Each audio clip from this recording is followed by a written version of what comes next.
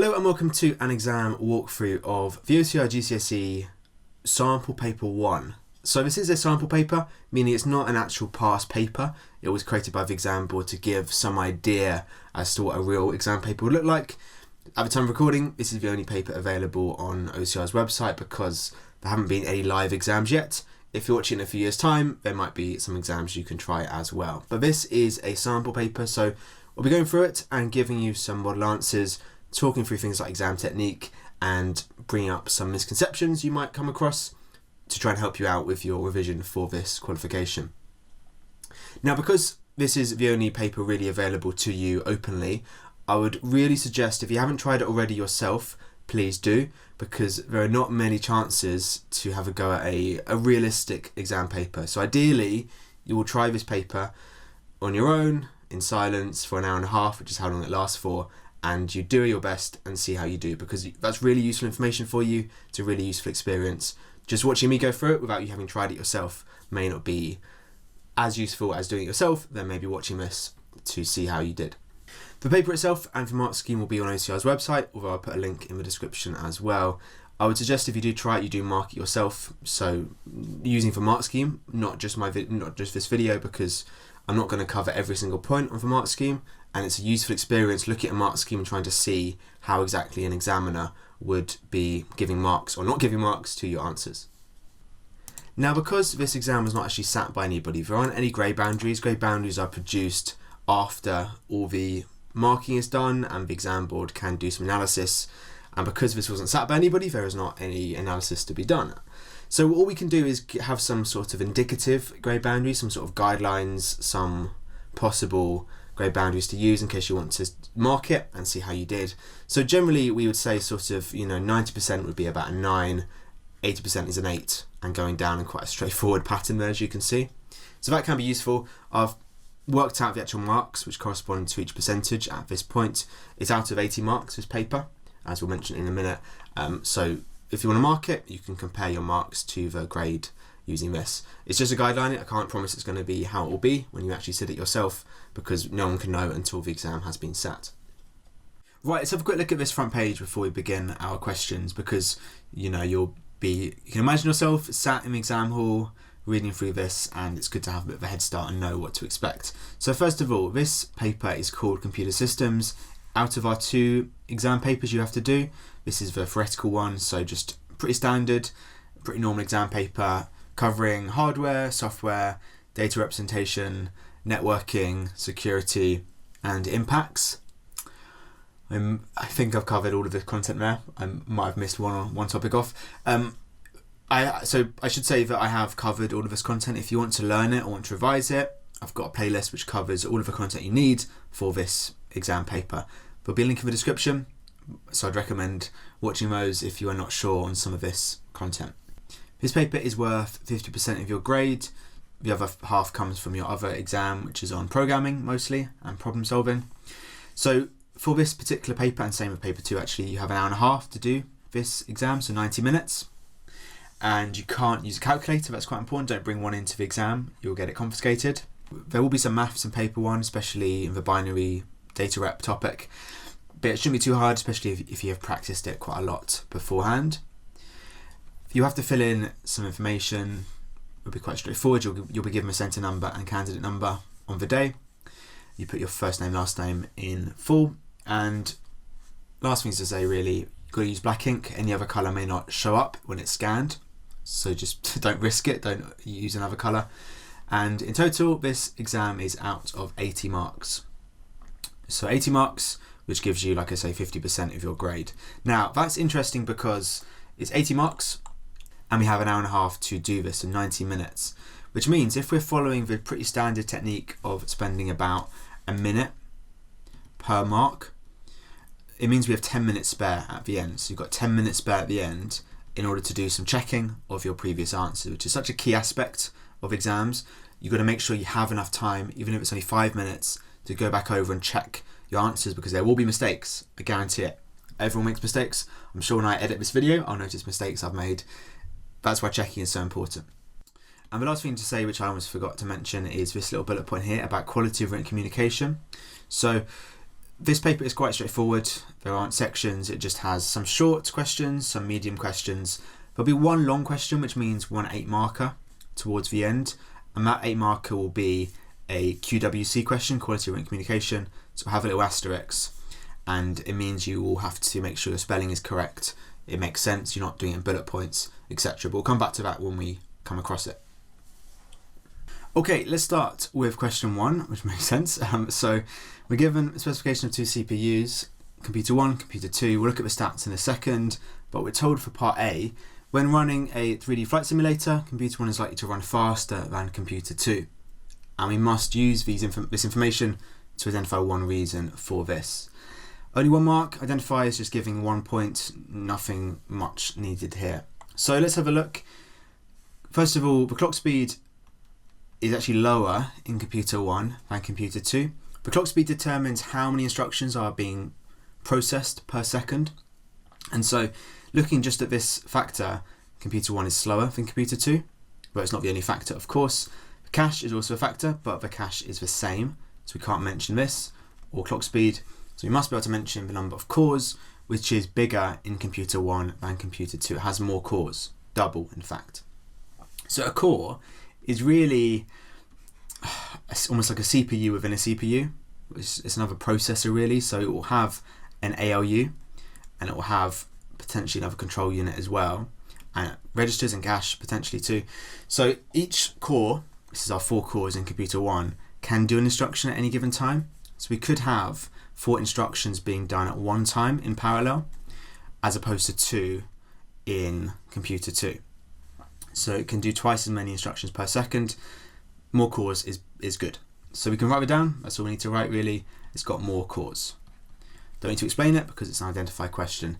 Although the reason why it's better is, like I say, you can do more at once. With a flight simulator, quite an intensive program, lots of maths going on, lots of rendering, lots of inputs potentially to this game simulator, and it would take up a lot of processing. Having more cores, it would be beneficial.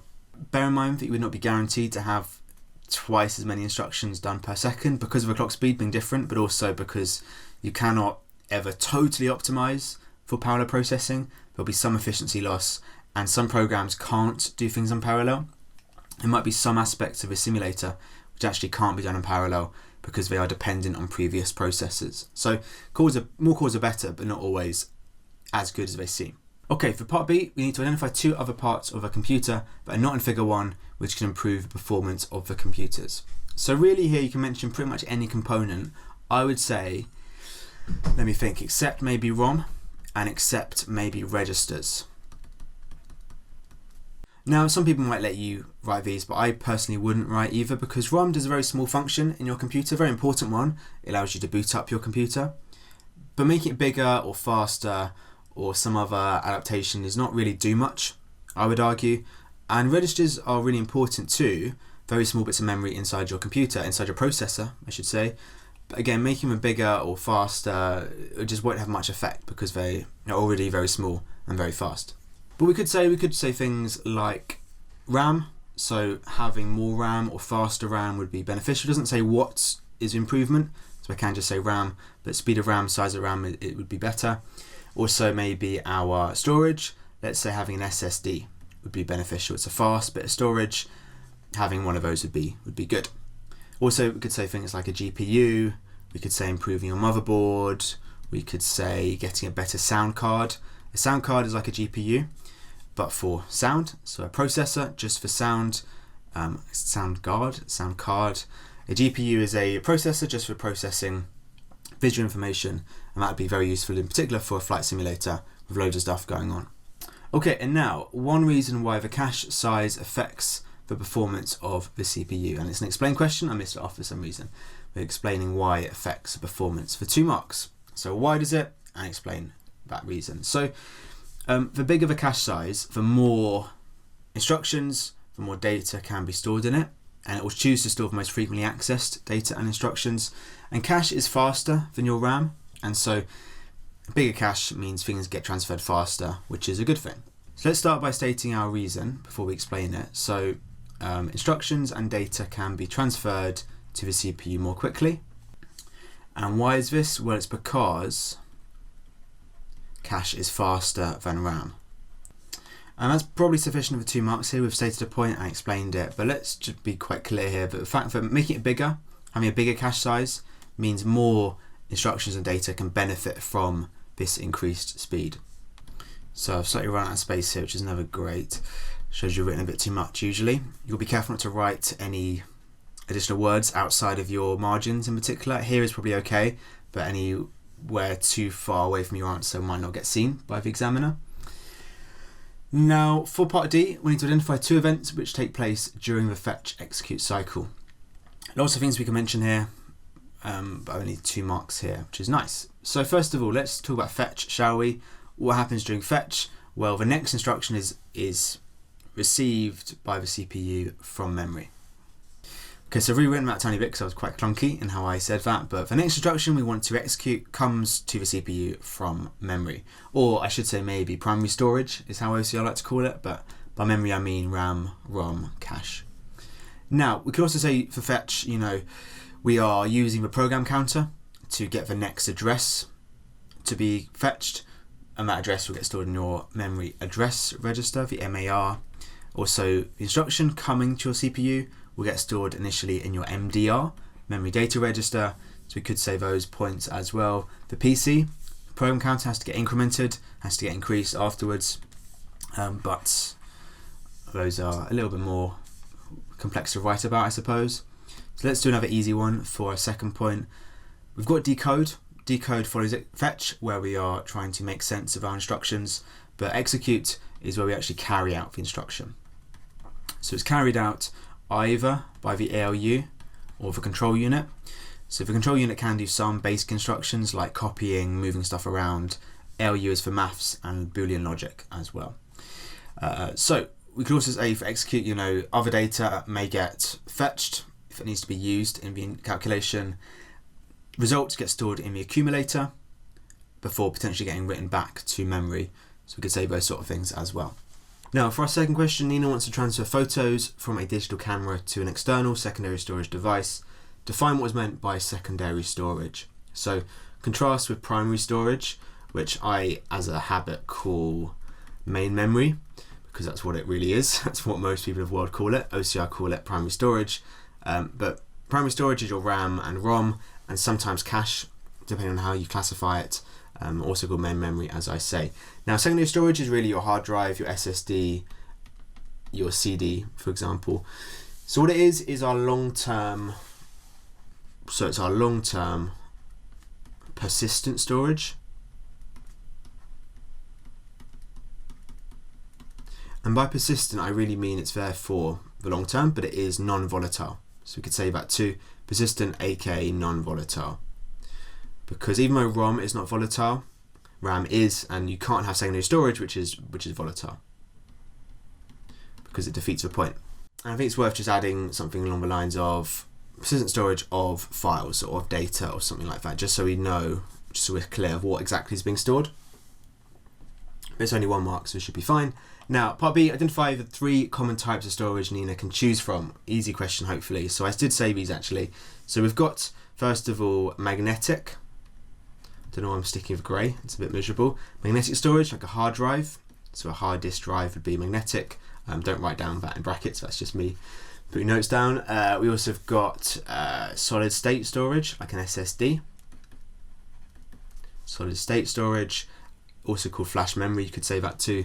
And our third one is optical storage, so like a CD. Now these are our types, they're not devices. If it said give 3 examples of storage devices, you would not write these, you'd write hard drive, SSD, CD, but these are our types of storage. I don't think you could really get away with writing anything else, to be honest here. And for C, we need to state 4 characteristics of secondary storage devices which that Nina should consider when choosing a device. So I showed him a video I made on this. There are a list of different terms which the exam board love. Things like our speed, so that's an important factor. Things like portability. I think it mentioned in the first question at the top of the page, portability. I haven't spelled that right. It mentioned that Nina wants an external one, so maybe she wants to take it around, have it stored somewhere else in her house maybe. It needs to be portable. Also reliability, the idea that it should, work over a long period of time consistently. And finally, durability is another good one we can write about. The idea that it should not break too easily. Reliability is much more longer term and it working normally over a long period of time. Durability is much more about what damage can it take. Probably not much, especially in the case of magnetic, but you'd want it to take some minor damage maybe. Now what am I missing here? We could also say cost, and that's probably the most obvious one, which I forgot to say. We could also maybe say, another obvious one, so the size or the capacity is a better word. That's obviously a factor, but they didn't come to my mind for some reason. Okay, for our third question, we're told a satellite navigation system, a sat-nav, uses RAM and ROM. We need to tick one box to show whether each of these statements are true for RAM or for ROM. Okay, so first of all, stores a boot up sequence of a sat-nav is going to be ROM. That's really what ROM does, is just stores instructions which allow the computer to boot up. By boot up, it means because initially our OS, our operating system, is stored in our secondary storage. So it might be in, say, a hard drive, not in a sat-nav, but in a normal computer, it might be in a hard drive. It needs to go into our RAM to be used by the CPU, and so the boot up instructions tell the CPU how to move the OS into RAM. That's really what it's doing, along with some other small functions. That's the key function, I suppose. Okay, and now the contents are lost when the sat-nav is turned off. Well, RAM is volatile, which means it loses the contents when power is turned off, which is exactly what it's asking for. So that corresponds to RAM. ROM is non-volatile, because if we lost these instructions every time power was lost, we would never be able to turn on our computer because we can't boot up. And finally, holds copies of open maps and routes. This would be thinking about what RAM and ROM do. This will be RAM as well, because anything being open on your computer, albeit a sat-nav in this case, needs to be held in RAM, because RAM is directly connected to your CPU. So is ROM, to be fair, but we need to have stuff open in RAM so we can use it in the CPU. ROM has not got enough space to store open copies of stuff. And for part B, we are told the sat-nav contains an embedded system. Define what is meant by an embedded system. For only one mark here, it could be a two marker. That's quite common because there are two aspects to this definition. First of all, the word embedded means we have a computer built into another device, but also it's a special purpose computer. So we could say there's both things, only one would get us a mark, however. So let's just say it is a special purpose computer. Could also say dedicated to a particular task. Special purpose computer built in or encapsulated, built into another system, another device. Not always a computer, but it's inside it. That would get us 2 marks if it was a 2-mark question, to be honest, but it's not. And for part C, a really typical question, we need to identify 3 devices other than a sat-nav which contain embedded systems.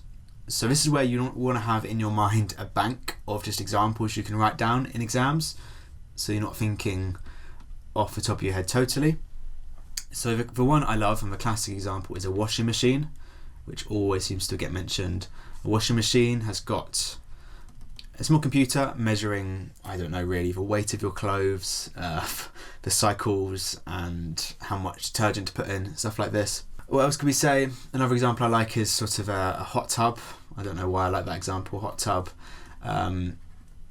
It'll have computers measuring the temperature of the water and adding jets and bubbles, I don't know exactly.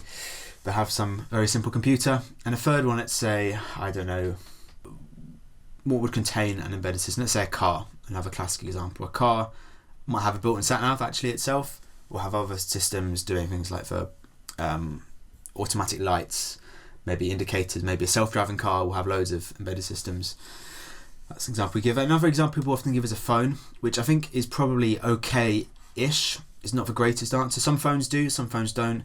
A phone which might have an embedded system might be a phone with like a special camera, where it's doing some sort of maybe AR, augmented reality, maybe with a biometric. Some phones have got what they call a secure enclave, where it does the embedded fingerprint sensor and so on. But a phone is probably not the strongest example you could give. If it has a computer inside it and it's a bigger system, it'll be fine to write down for a question like this. For question 4, a computer records an audio file of someone playing guitar. Describe what happens when the computer converts the music into a file. For only 2 marks here, could be maybe 3 or 4 potentially. What it's asking for is really, how does a computer convert from what is an analog signal, someone just playing guitar, into a digital format inside a file? So it's sampling, in other words, right? What goes on when we sample a sound, a piece of sound? First of all, the idea is we have some sound wave recorded by a microphone, and what we're doing is recording the height. That's a terrible line, it's meant to be a straight line. The height of our wave at set intervals. So those are meant to be consistent, they're not really. But we're measuring the height and converting each reading into binary, and that binary value is stored. Okay, so set intervals, this is the time axis, and our height is the y-axis, and we convert it to binary like so. Okay, so let's start by saying the analog sound is sampled at regular intervals. Okay, so at set times we take a sample, and the sample is of your height, the amplitude of your wave, and it's converted to binary. So I guess once we convert to binary, we store them together in the file. So once it's stored in binary, it's a digital version of your analog wave. So that's maybe a bit much for 2 marks, but you can see I've tried to make 2 points there. We're sampling at regular time intervals. What do we do with the samples? Well, we put them into binary to be able to store it as a file on a computer. Right, now for part B, the sample rate is increased on the computer when recording the guitar. Give 2 effects this will have on the recording. So the sample rate is also called the sample frequency. It's measured in hertz. And a hertz, I guess is the singular version, is 1 sample per second. So it's how many samples we're taking per second, right? So my diagram is terrible here, but if I took more samples per second, the wave, the waves becomes more realistic because I can get more data and take more readings, and it just becomes a lot smoother. Otherwise, it might be quite sort of blocky. The wave, which is stored, might be quite blocky and does not sound particularly realistic. So the quality gets better because it becomes more like the original, but we're storing more data, and so therefore the file size goes up too. Now I'm reluctant to say this, but the effect of it being close to the original will be the quality will improve. You could just say that, it would be simpler. I'm always reluctant because in my eyes quality is a bit more subjective and it depends on your speakers and so on, but it's okay for GCSE level. And for question 2, for part 2, what did I say? Well, file size will increase. It doesn't say to explain it, but if we had to, it'd be because we're storing more data per second. Okay, and now into a couple, looks like, of binary conversions, which is nice, some shifting too.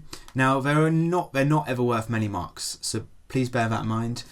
A lot of people expect they're going to be worth 5 marks. They're usually 1 mark, these conversions, which is why you need to have them sort of don't want to spend too long in the exam on these questions. So we need to convert this binary number into denary. First thing I would do is do a little table. You could do it just above the number here, but let me just write it out quickly. Okay, now our headings for our table, the place value in binary is going to be starting at 1, at our least significant bit, 2, 4, 8, 16, 32, 64, and 128. You can just learn these headings, but they just double starting at 1. So this is always a struggle when I have to write in these lines. That's not good whatsoever. All we do to go from binary into decimal into denary is just add up our column headings when I've got a 1 written underneath. So 128 plus 64 plus 8 plus 2 and plus 1. Now I've not given myself much space there. Because you haven't got a calculator, you've got to do it in your head, but I would say don't do it in your head, do it on paper because it just reduces the risk of any mistakes. So first of all, 8 plus 2 plus 1 is 11. So really we're going plus 11 here. What we're going to write down, let me give myself a bit more space here. So 8 plus 4 is 12, plus 1 is 13. Carry the 1 somewhere. 3 plus 6 is 9, we've got 10, so we carry another 1, and now 1 plus 1 is 2. So the answer here is 203. Could do a little 10 to show it's in denary. Now for part B, we need to complete a 2-place shift to the right on this binary number given here. So a right shift means, as the name suggests, we're taking this number to the right, which means we're bringing in some zeros from the left. We're going to effectively lose the last 2 bits at the least significant bit end, because they're sort of going beyond an imaginary binary point. So really, all I need to do is write down this number, just minus the last 2 bits. So let's do that. So 1 1 0 0 1 0, and those 2 ones are kind of going beyond a binary point, but we don't really learn about this at GCSE, so we can just ignore that and don't write anything down for those last 2 bits. And we have 2 zeros brought in, but because the zeros are at our MSB end, they don't do anything, they're just leading zeros, so you don't have to write them down, it's fine without them. Okay, that's the answer for this 2-place right shift. Now for part C, we've got a really common follow-up to shifting questions where it's asking you the effect of performing the shift we just did. So without calculating it, you could convert it and see the effect yourself, but you can just learn that a shift is always doing something either timesing by 2 or dividing by 2 each shift. So a right shift is dividing by 2, a left shift is timesing by 2. Okay, and it's always by an amount 2 to the power x, where x is how many shifts you are doing. So here we're doing 2 shifts, so therefore it's 2 to the power 2, which is 4, so we're dividing by 4 is what's happening here. Okay, so we are dividing by 4. But that's not enough for 2 marks, right? You should be thinking, well, hang on, that's not enough for 2 marks. The second mark comes from the fact that we have lost those 2 bits. I said they are actually beyond a binary point, which does exist, but we just don't learn about it. And so really they're gone. But it means if we lose any values beyond our binary point, it means we are losing our fraction. Okay, so we are effectively rounding down when you do a right binary shift. Okay, and I don't know why that's much thicker, let's get rid of that. We are rounding down. You can also write we're doing the quotient operation. The quotient is where we are removing any fraction. If you want to be really clear what you mean by this, you could say something like losing the fraction or fractional part. For question 6, we're given part of the ASCII table with 5 characters in and the corresponding ASCII codes written in denary, it looks like, and we must explain how the word mop will be represented in ASCII for 2 marks. So we really want 2 points here. Now I suppose the key bit is, first of all, each character will be looked at and the corresponding code will be found and written down consecutively. So the code for M, followed by the code for O, followed by the code for P. So written down in order. So each character in MOP is converted to its ASCII code in the same order it is written in. Now that's our first point, I suppose. But crucially, we don't leave the codes in denary, we convert them to binary. And so we could say that, but to be more specific, how many bits are allocated to each code? Well, in ASCII we have 8 bits, so a byte per code. Now technically 8 bits is extended ASCII, 7 bits is original ASCII, but OCR will use 8 bits in the exam. Now for question 7, we're moving on to networking, which is one of our, I suppose, the bigger topics to have to memorise, lots of content to learn, which some of you might like, some of you might not like. So we start by getting told the owners of a large bakery have a local area network with a star topology. The order of their supplies over the internet. When data is transmitted from a bakery to the supplier, network protocols are used. And we need to define what's meant by a network protocol for a single mark. So a protocol is a set of agreed rules which allow 2 devices to communicate. So arguably that could be a 2-mark question. There's sort of 2 points in there, but that's fine for 1 mark. You know, the purpose of a protocol is we need to be able to have some agreed rules. Otherwise, how on earth would you communicate how a device is made in different countries by different people somehow manage to communicate in binary? It just wouldn't work unless you had some really clear rules. That is what a protocol is. Now, TCP/IP is a set of protocols based on layers, and with regard to network protocols, define what's meant by a layer for a mark. A layer is a difficult term to define, but really it's a way to group one aspect of your communication process. So we typically think of 4 layers. The top layer being your application, bottom layer being your link, and the idea being that each layer has its own job, Each layer is doing one particular aspect of your process. So the link layer is where things like Wi-Fi operate. The application layer is where things like HTTP operate. The idea that there are very different protocols, they do very different jobs. Having a layer means it's doing just one part of your communication process. So I would say, it is an aspect of communication functionality. You could also say a grouping, maybe it's a better word, or a category, a word along those lines. But the idea is that each layer is doing one particular job. It's one part of your communication process.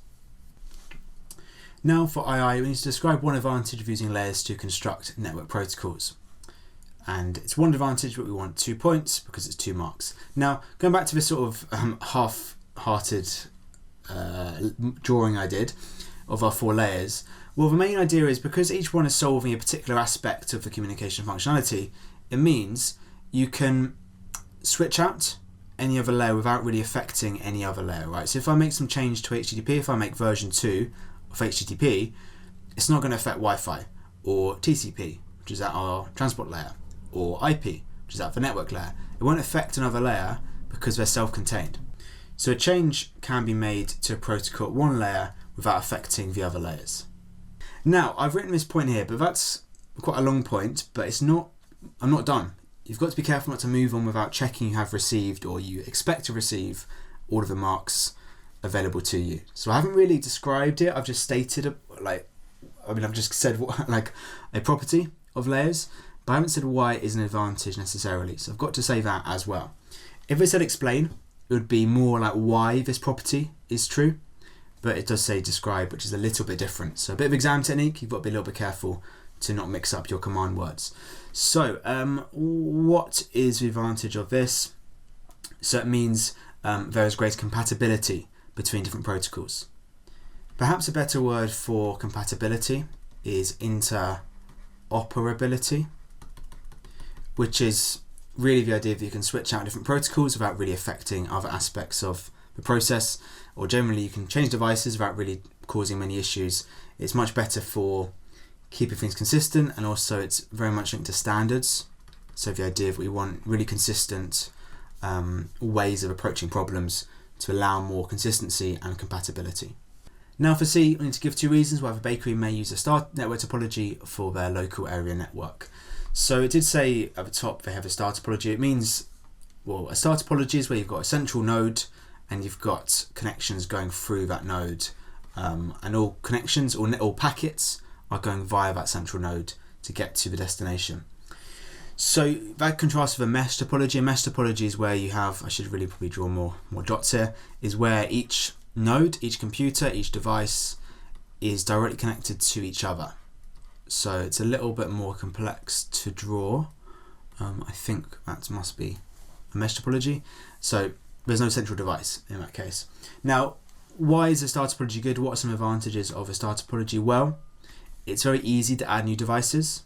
Why is this? Well, you only need to connect up your new device to a central node, not to every other connection in the network, which takes time, especially the bigger it gets. Another advantage of a star topology is if one device, one node fails, it will not affect the rest of your network. Now, the exception to this is your central node, because if your central device, your switch, your hub, your router fails, then nothing is able to communicate through it because it's not working. But if an outer node stops working or goes offline or gets turned off, it doesn't affect the other computers in the network, which is a good thing. In a full mesh topology, it's also the same. One device going down does not affect other devices. If it was a partial mesh and one device was being used as sort of a intermediate device, that might affect other devices, but in a full mesh it is okay too. But there are some topologies where that's not the case. So for instance, not on your course, but there's a topology called a ring topology, which, as the name suggests, each node is connected in a ring, in a circle, effectively. I mean, not literally, but they are connected to each other in that way. And messages pass through it in one direction. And so if one computer goes down, it means your ring is broken, and so nothing can pass through it, and it affects computers nearby who just can't get anything from the network. So that's another advantage. What else could we say? We could say things like a star topology is quite high performing. So it's quite high performing, and what I mean by that is it has few errors, or to put it another way, few collisions. So again, not so much in a mesh, admittedly, but in something like a star topology, in a what's this called again? A ring topology, there might be some collisions. Well, actually no, I'll correct myself there. In a bus topology, another one, it's not in your course, but I can mention anyway. Bus topology has one big line, which is your bus, which branches out and connects to other computers. And so the idea being that this one bus in the middle is your highway, your motorway, in which all messages go back and forth. And so you do get collisions here because two devices could communicate at the same time, and the messages could kind of like bump into each other and collide and have errors, which slows things down and it leads to things getting retransmitted, which makes it not very high performing. In a star topology, if two devices communicate at the same time, the middle device will just sort of decide which ones goes first, and there's not really a collision in the same way. Another point you can make is about security. So star topology is quite secure in terms of the fact that devices only receive messages which are designed to go to them, are meant to go to them. Whereas in a ring topology, because messages get passed via devices, potentially a device is able to see a message it's not meant to get. Likewise, in a bus topology, any device can see every message unless it's encrypted, and so that's not great for security. In a star topology, because it's much more direct, there's no chance of another device seeing the message which is not meant for it. Same with mesh, unless a partial mesh slightly complicates that. Now, for question 8, we're moving on to security. So a hospital stores patients' details on its computer network. The hospital is concerned about the security of its patients' details, which is good, they should be concerned. The staff already use strong passwords to protect systems. Explain with reference to system security 3 other ways that the hospital could protect the network system. For how many marks? 6 marks. Interesting. Okay, so exam technique, 6 marks. We've got 3 points. Therefore, we want to have 2 marks per point. So we don't want to write too much or too little. We want 2 distinct points for each of our security methods. Now, on the specification, there are a few ones listed. You could mention ones not on that list, but I'm not going to. So what is on the list? Encryption, firewalls, passwords have been mentioned, physical security, anti-malware software, and I think user access levels, and maybe also white hat hacking or penetration testing is also mentioned. I think the most suitable here might be encryption as our first one, because you need to make sure the details, if they are stolen somehow, do not mean anything to the thief, because they are encrypted, they are kept secret effectively. So let me put that first of all. The hospital is able to or should be encrypting patients' details. So you'd get a mark for saying they could be encrypted, if I can spell it correctly. You get a mark for saying it could be encrypted, but clearly that's not enough for 2 marks, and so your explanation is why that would keep things more secure, why it would protect the network. Well, it's because if anyone comes across this data who shouldn't have access, they're not authorized to do so, would not be able to read it because it's scrambled up and unreadable to them. Now, it does mention network, so let's think about stuff being in transit, so data being moved around, not data sat on a computer, just because that's not really related to a network. So the idea being that if someone intercepts the details, it will not be readable to them. So that is quite a key point regarding encryption. Encryption doesn't do much in terms of stopping an attacker actually accessing the details. You know, anyone could still intercept it. It's just unreadable. It's just random nonsense, effectively, unless you've got a decryption key and you can bring it back to the original data. Okay, that's our first one. That'll give us 2 marks. Our second technique, I think I mentioned firewalls as one of the ones on the course, which are a great thing to mention for network systems. Some of the things I mentioned, like physical security and access levels, maybe are not as relevant for networks. Could be mentioned maybe, but not as relevant. I think firewalls are quite important. So a firewall sits at your border between your network and a public network and filters out any packets which are a little bit suspicious. So a firewall could be installed to block any suspicious network traffic. Okay, and that answer is okay. I think maybe 2 marks if the examiner's being extremely generous. I think it's important to say why that's important. Like, you're going to block any suspicious network traffic. What could that be trying to do?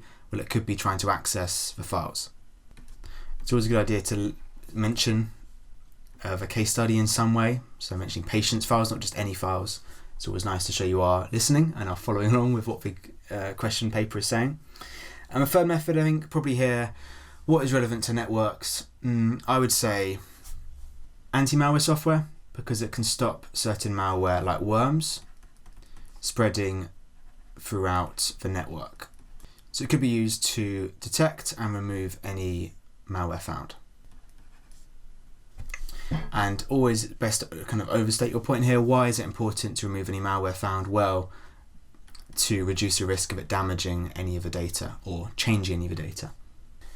Okay, so that should be 6 marks. Hopefully you can see where my thinking is going here. You know, thinking about the network in particular. You could mention the other measures I said at the start, but thinking network, what is most relevant to a network and to a hospital in particular, where we've got patients' details. You can see the 2 points per prevention measure, just so I've got enough points on the board for the examiner to give me hopefully 6 marks. For part B, we've got another security question, also worth 6 marks, so a lot of marks available on this page. We need to identify 3 errors that the hospital staff could make that may endanger the security of the network. Outline a procedure that could be in place to prevent each error. So, because it's an identify question, we don't have to say why these errors are problems, and also you don't have to really add much to our procedure. We just have to outline it, which means just say what we could do. Now, it's not obvious straight away how this question relates to the specification, because we don't use errors and procedures as terminology as such. But what it's asking for, you know, errors are really saying what vulnerabilities could arise from the actions of staff. Often the staff are the main weakness overall. And a procedure is a prevention measure, but it's much more about policy. So antivirus software is a good prevention measure, but itself is not a procedure. I mean, you could say there could be a procedure to install antivirus software, but the software itself is not a procedure. So it's more about like what management could do to try and reduce the risk of these vulnerabilities being exploited. Well, what mistakes could be made regarding the network? Well, let's say maybe a door to the server rooms could be left unlocked. How could you, if you were a manager, how could you implement a procedure to try and limit the effect of this? Well, you could maybe mandate use of swipe cards to open doors. It means you don't need a physical key to do this. Usually when there are swipe cards involved, doors lock automatically, and so you avoid the issue of a physical key being left. What else could happen? Well, an employee could maybe download malware from what website could give malware from, let's say, from an illegal movie website, which is the most common example I would hear about where malware could be given, right? Now, I've given that point because thinking of a procedure, what sort of management advice which could be done, or management strategy to solve this? Well, you could ban certain suspicious websites from being accessed. Now, what else could we say? I mean, there are other security risks, obviously, like risk of SQL injection or risk of somebody using a USB stick to take away information. Things which I could argue are not errors. So thinking about errors like mistakes, what could be a mistake? You have got to think on your feet a little bit of these questions. A third mistake could be somebody connecting a personal device to the network which contains malware on it. So we've said malware already, but I think they are a different point here. So third error could be connecting a personal device infected with malware. So run out of space there. I think, to be fair, this is a sample paper, so it's not designed particularly well. There's not nearly enough space, I would suggest, in that question. But what procedure could you do to sort of stop this happening? Well, you could ban personal devices, which some companies do. Ban personal devices mean you can't connect your laptop to the network in case it has malware on it, which could spread personal devices. Also, you could block USB ports. That's quite a common one too. So you can't plug in your own storage device, but I think that'd be sufficient here. Because it's not directly on the specification, you can think for yourself a little bit here, and probably they're not going to be too strict. I would just stick to, when it says procedure, stick to things which are not concrete, but are more like what management might do to try and stop this being an issue.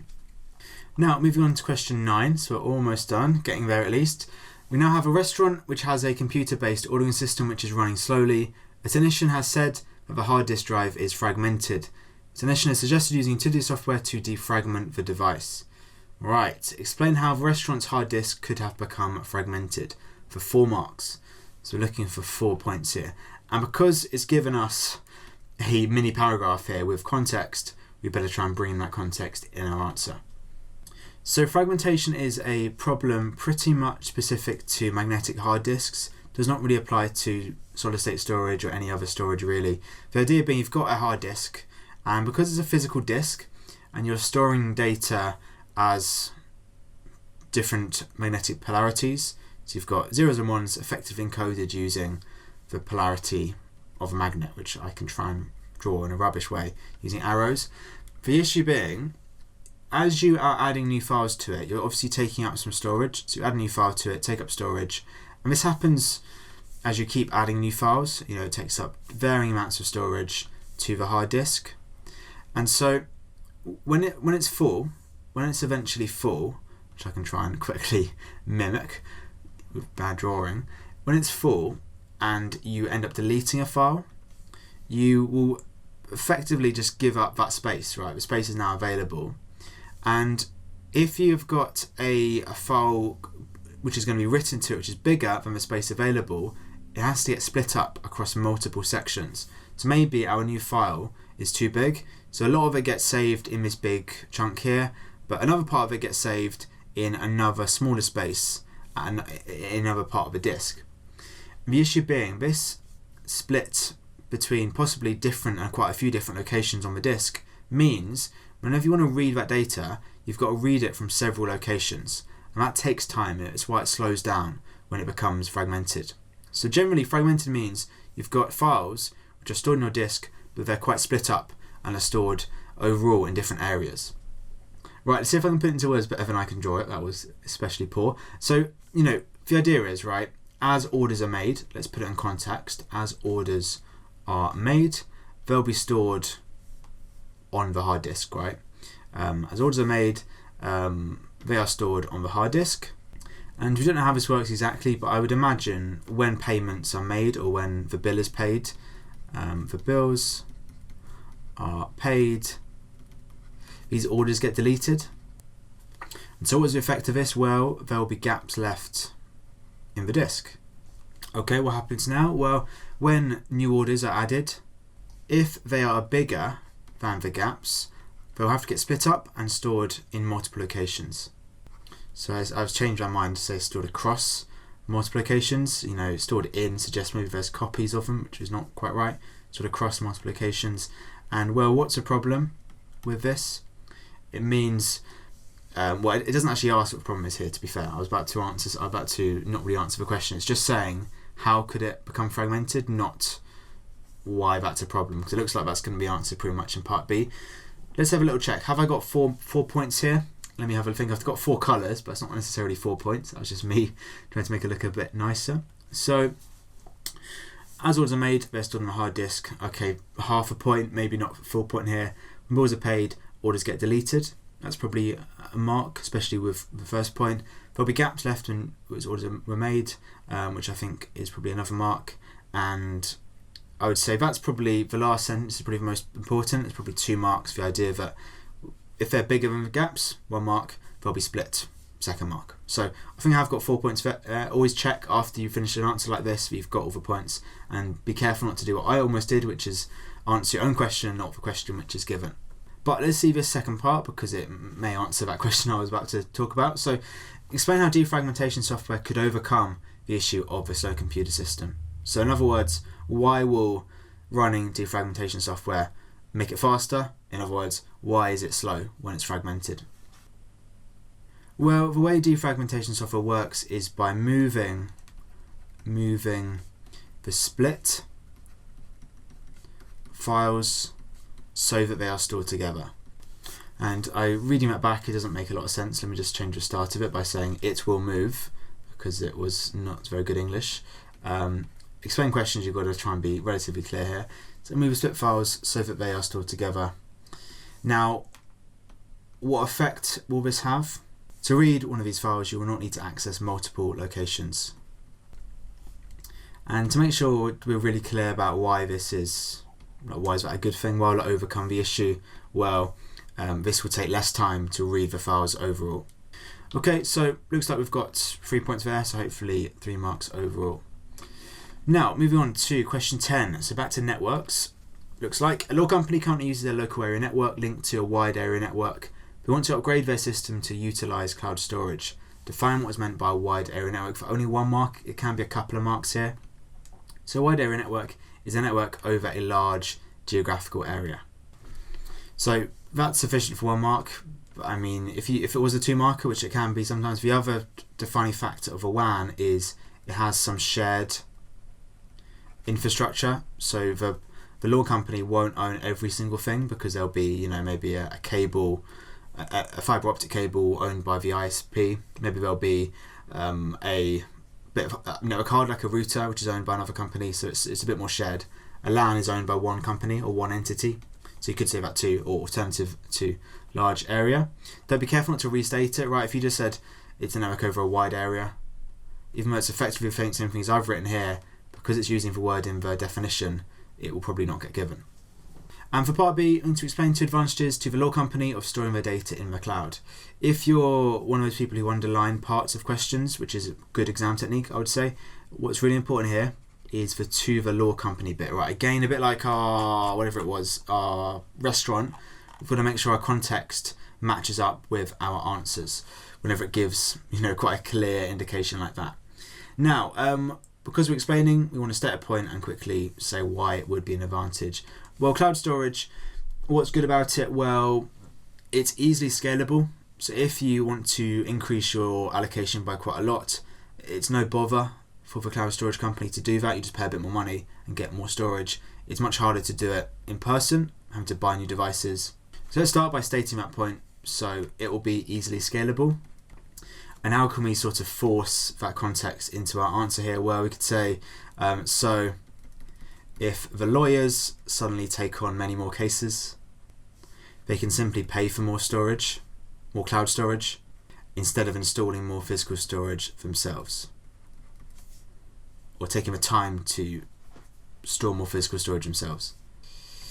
Okay, I've run out of space again there. It might just be me being a bit long, or it might be it not being a particularly well designed exam paper. I'll blame OCR, not myself here, obviously. Now, for the second advantage, what else is good about cloud storage? Well, I think a huge benefit is being able to access your data from anywhere, or anywhere with an internet connection. So you can move around much more easily. The lawyers can be out at court and access their files outside of the office. So I'm going to say they can continue to work remotely when out of the office. Right, hopefully you can see what I've been doing here. So trying to state a point and then explain it. I'm trying to cram in some link to the law company. Doesn't need to be perfect and make lots of sense, but you need to do some link. Okay, and now a very common follow-up here. So the same question, just in terms of disadvantages, again, to the law company, not just generally. What are some bad things about cloud storage? Well, I mean, based on that last point, I did caveat my last advantage by saying you need to have an internet connection. Well, we can say that, can't we? You cannot access your stuff unless you've got an internet connection. And why could that be a problem? Well, this may not be possible for lawyers who work with clients in remote locations. And for a second disadvantage, well, I mean, it can be an advantage too, in that cloud companies provide, well, you hope provide security, you hope they provide backups as part of their coverage, but ultimately you are reliant on the cloud company to look after your data and ensure backups are kept. So let's focus on security, because that's the biggest problem. If maybe they've got personal information, probably lots of it if they're a law company, and any of it could get stolen by a hacker attacking a cloud storage provider. So the law company are reliant on the security of the cloud provider, but the issue is if these fail, it will still affect the law company, maybe it'll affect their reputation. Alright, so I forgot what I said out loud, but I just added if these fail, like if the measures fail with the cloud company and client's data gets stolen, it will be the law company's reputation which gets damaged too. So it's sort of a lose-lose situation with security, with cloud storage, in that it's not really your fault if something goes wrong, but you get the blame for it as a company because your clients would argue you should have looked after it yourself. So it will affect their reputation. They might get sued as well, but you'd have to be quite brave to sue a law company, I suppose. I think if you had another answer here, it might be about backups would be the best answer after these two, I would suggest. So backups, the idea that you are reliant on them backing up your data. They might not always do it, or there might be some errors and so on. Really, that second point in each answer here is not nearly as important. As long as you link it to the context and it does connect to your first point, you'll get the second mark for each of those two disadvantages. Now, moving on to part D, we've got a multiple choice question here, effectively worth 6 marks, which is always nice. So we've got some actions that may take place in the law company's office. Tick one box in each row to show which legislation applies to each action. So we've got the Data Protection Act, which is about you as an organisation ensuring you are looking after data you are collecting and you're getting consent and you've got good security, etc. The Computer Misuse Act is about hacking, really, and preventing people from just being allowed to hack and also people making malware. And the Copyright Design and Patents Act is about looking after intellectual property, things like pictures someone's taken, writing somebody's done, or writing computer software would be covered under that law as well. So first of all, using a picture for the law company's new logo without original creator's permission. So that would be, as I effectively said, would be the Copyright Designs and Patents Act, because when the original creator made that picture, they would get copyright automatically and they'd have to give permission to the company, otherwise it would be illegal according to this law, to reuse it at least. Now, we've got a secretary accessing a lawyer's personal email account without permission. Well, which one is that most like? It's most like hacking, because without permission is black hat hacking, where you're going into an account without being allowed to, so therefore covered under the Computer Misuse Act.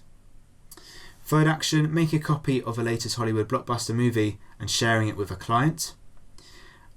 Well, it's not about hacking there in that case. It's not really about looking after data. It's about who owns the movie, not that lawyer, right? You can't share it without permission or without a license, at least. When you pay for a movie, that might give you certain conditions. You can watch it with your friends and so on, but you can't share it without permission of the creator.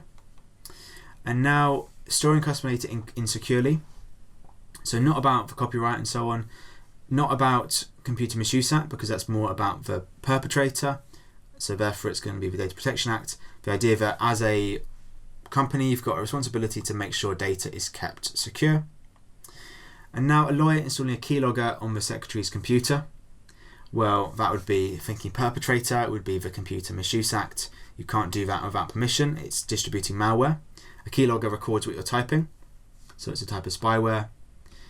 And finally, selling clients' personal legal data to a marketing company without their permission. Now, that would definitely be the Data Protection Act. You cannot do that. You need permission to be able to pass on data, which you probably won't get in that case. So those are the answers, which I've used different colours for no particular reason. That was almost perfect. If I didn't do purple, would have somewhat matched up. But, you know, again, to reiterate, Data Protection Act is about looking after people's data and making sure it's kept safe. Computer Misuse Act is about someone being an attacker, either hacking or malware, and the Copyright Designs and Patents Act is about whether you are allowed to use somebody else's work. To do so, effectively, you need permission, possibly via paying for a license. Moving on to the last question, I believe, in the paper, which is always a nice feeling. This is a question you'll see a lot, not in this exact form, but the same format, because you'll always get an 8 marker in paper 1, and it will always be a quality of written communication question, because we know that because we've got a star. So you could have answered any of these questions so far with bullet points and with misspellings and so on without too much ill effect. I mean, that's not good. I would always suggest writing questions properly without bullet points unless you absolutely have to. But here you'll get marks for your clarity, your spelling, how well your points link, and so on. Okay, so you'll get a question like this in your actual exam for sure. Maybe not the exact topic here, which is about impacts, although often they are on impacts. So bear that in mind. Now, before we talk about how you would go about answering it, let's look at this particular question. So it says, people often want to buy the most up-to-date smartphones, even though the smartphone they own still works. Discuss the impact of people wanting to upgrade to the latest smartphone, and we might consider the impact on smartphone users, cultural issues, ethical issues, and environmental issues. If I answered each of those points in detail, we'd go way beyond 8 marks and way beyond the space available. So you've got to pick what you want to write about here. It might be a good idea to write about each of these points, because thinking exam technique, an 8 marker, I always would want to make about half as many points as there are marks available.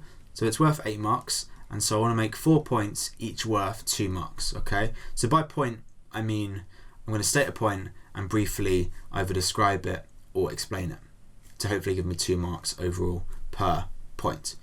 Now, it's not as strict as this. It's not in the mark scheme. They don't mark, the examiner doesn't mark it according to how many points you've made.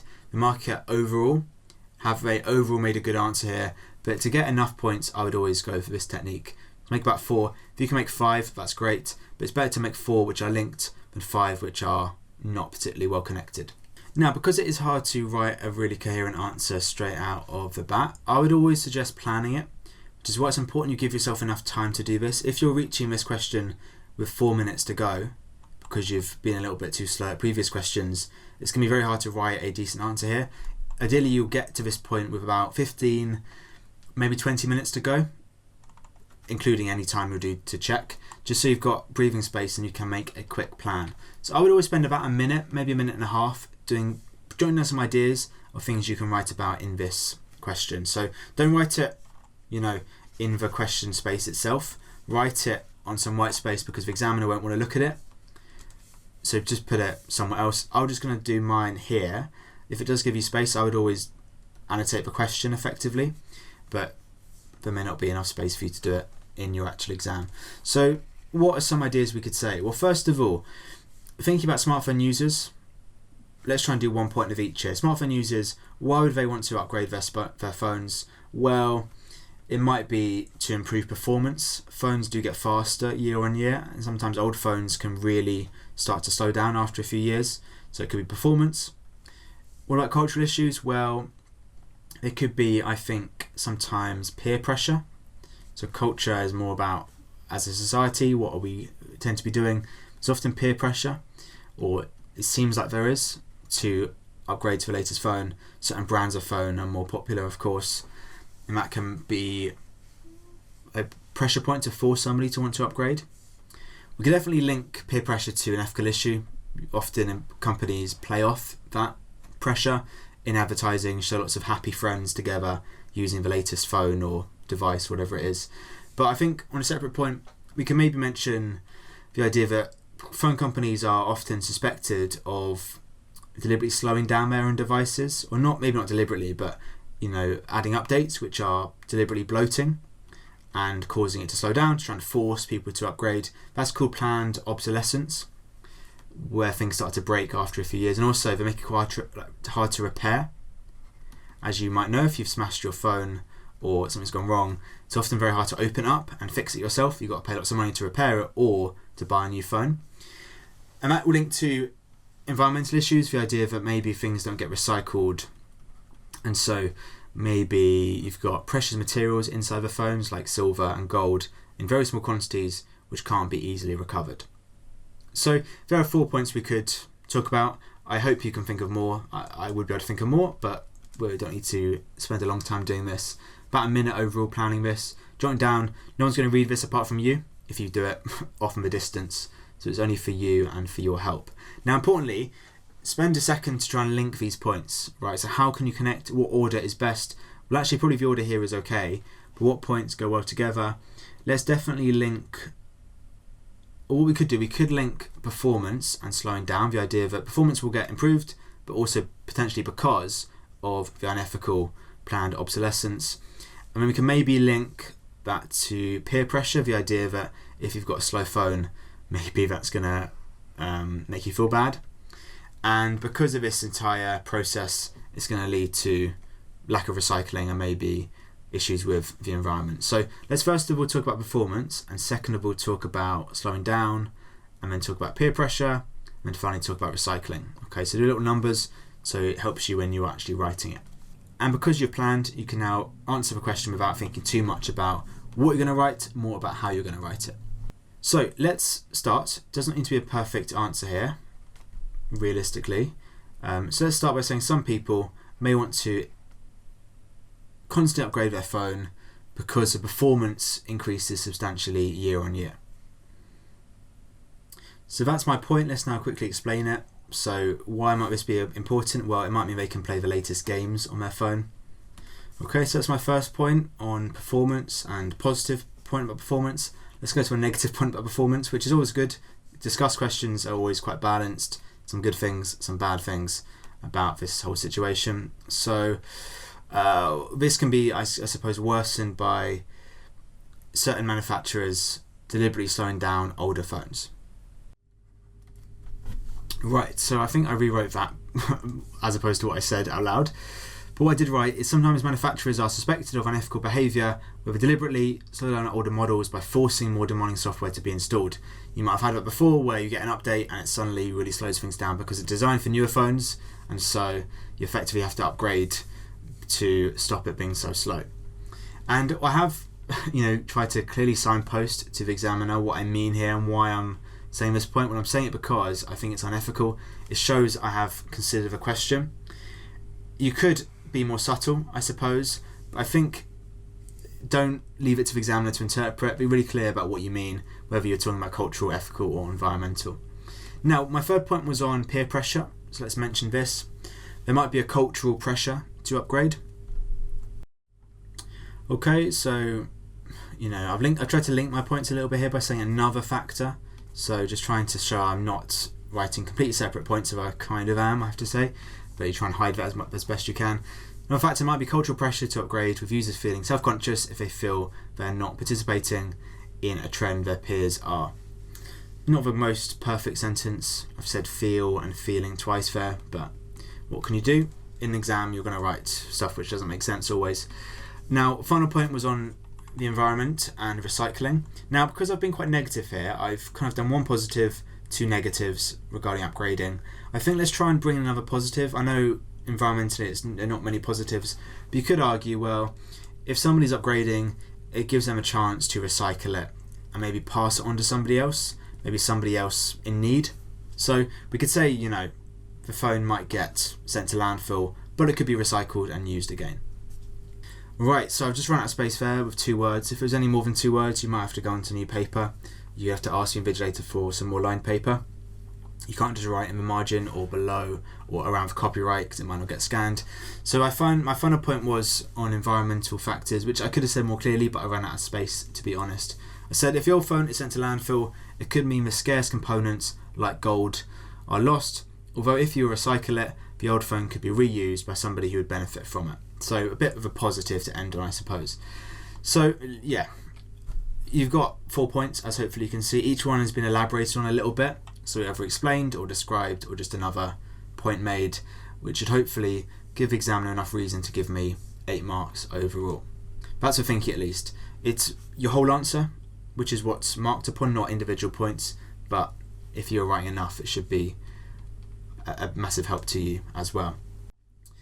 Right, so at this point it's really important, if you have any time left over, you spend it checking your answers. If you finish and the time's up, well, what can you do? But if you have got time, as is really the design of this paper, as we said at the start, there's meant to be about 10 minutes free at the end to check your answers. Check them. Make sure you read every single word, ideally. Look for mistakes. There will definitely be some mistakes in here somewhere. I'm sure I have made mistakes in here, even me recording a video. Hopefully I'll spot them during editing, maybe not. But try and find them, right? And try and add more points if you can. Be careful not to tamper with your answers too much. Don't be too indecisive. If you're not quite sure, it might be best to stick with your first answer. I'm sure you've had experiences where you've put a correct answer and changed your mind and got it wrong. You can overthink things a little bit, and you can add more points, and those points might be wrong. So just be careful, but it's not a bad idea adding more examples if you can think of them. So hopefully this video has been helpful. I really hope so. and I hope you do really well in this exam. So best of luck, and thanks for watching.